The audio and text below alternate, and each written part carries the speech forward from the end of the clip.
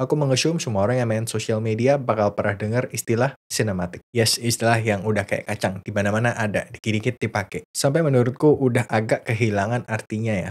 Bukan bermaksud bilang kalau kata sinematik itu sendiri harus dihilangin, tapi kalau kita lihat definisi sinematik sendiri itu kan datang dari kata sinematograf. Jadi sinematik. Sinematiknya sendiri artinya biasanya ada beberapa, tapi biasanya tuh nggak jauh-jauh dari berhubungan dengan movies, memiliki kualitas yang tinggi, ataupun menggunakan teknik-teknik yang biasa digunakan di film-film yang bagus. Jadi kalau kita ambil benang merahnya, mungkin bisa kita ambil kesimpulan sinematik tuh sesuatu yang menyerupai film, movies. Dimana mereka menggunakan equipment, teknik, cerita, sound design, dan lain-lain yang bagus banget. Jadi ketika semua itu digabungkan dan disajikan ke kita, pas nonton tuh kita berasa kita feel something. Dan mungkin karena pengalaman kita nonton banyak film dari kecil, walaupun kita nggak bisa menjelaskan secara spesifik sebenarnya faktor apanya, tapi pas nonton sesuatu tuh kita bisa tahu, oh ini cinema quality nih, beda sama video quality rumahan. Iya kan? Sampai sini kita sepakat ya sama definisi sinematik. Permasalahan dimulai ketika kata sinematik ini dipakai untuk mendeskripsikan sesuatu tanpa konteks. Memang ketika film-film itu dibedah, kita akan menemukan beberapa teknik yang dipakai berulang-ulang. Misalkan shallow depth of field,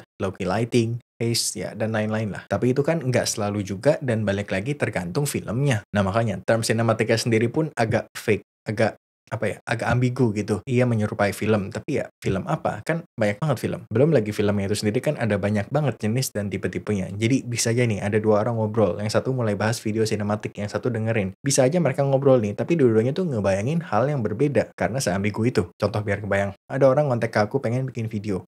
Kutanya pengen bikin video apa? Dijawab dong, pengen bikin video Sinematik.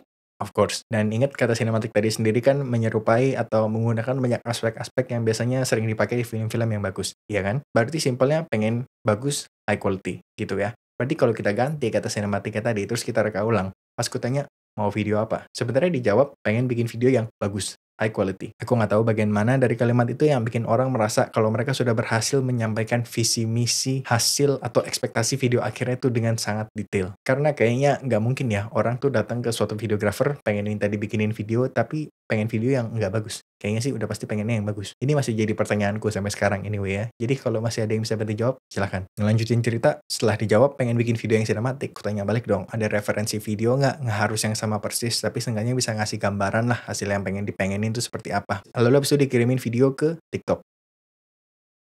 Atau kadang ke Instagram, yang sebenarnya nggak ada salahnya. Dan video yang dikirim tuh juga biasanya bagus kok, nggak ada salahnya. Cuman agak sangat bukan dari sinema ya. Andai kan kejadian ini bohong, tapi ini based on true story dan biasanya mungkin 8 out of 10 lah awal percakapannya akan selalu dimulai seperti itu. Nggak tahu ini aku doang atau gimana ya, boleh di-share ya kalau ada yang punya cerita serupa. Sebenarnya menurutku ini masih mending ya, karena aku masih bisa nyari tahu nih sebenarnya apa sih yang mau dimau atau apa yang dimaksud gitu kan. Tapi kan ada momen dimana kadang-kadang kita nggak bisa tahu. Contoh, misalkan ada loker, sering banget kan ada lowongan untuk videographer, dicari videographer sinematik. Buset, gimana kan itu muka videografernya kayak aktor Hollywood apa gimana itu kan? Nah, ini kan agak membingungkan ya, agak tanpa konteks gitu. Atau dicari video editor yang bisa mengedit video sinematik. Ayo loh, harus bisa kayak gimana tuh? Mungkin bisa nge-handle project selevel film-film box office gitu. Jadi terbiasa meng-handle project yang file itu footage raw, bisa color grading yang aduhai banget, segala macem deh pokoknya. Bisa jadi juga, jangan-jangan maksudnya bisa ngedit kepala jadi gede, bisa ngedit animasi-animasi ala-ala Dragon Ball gitu kan.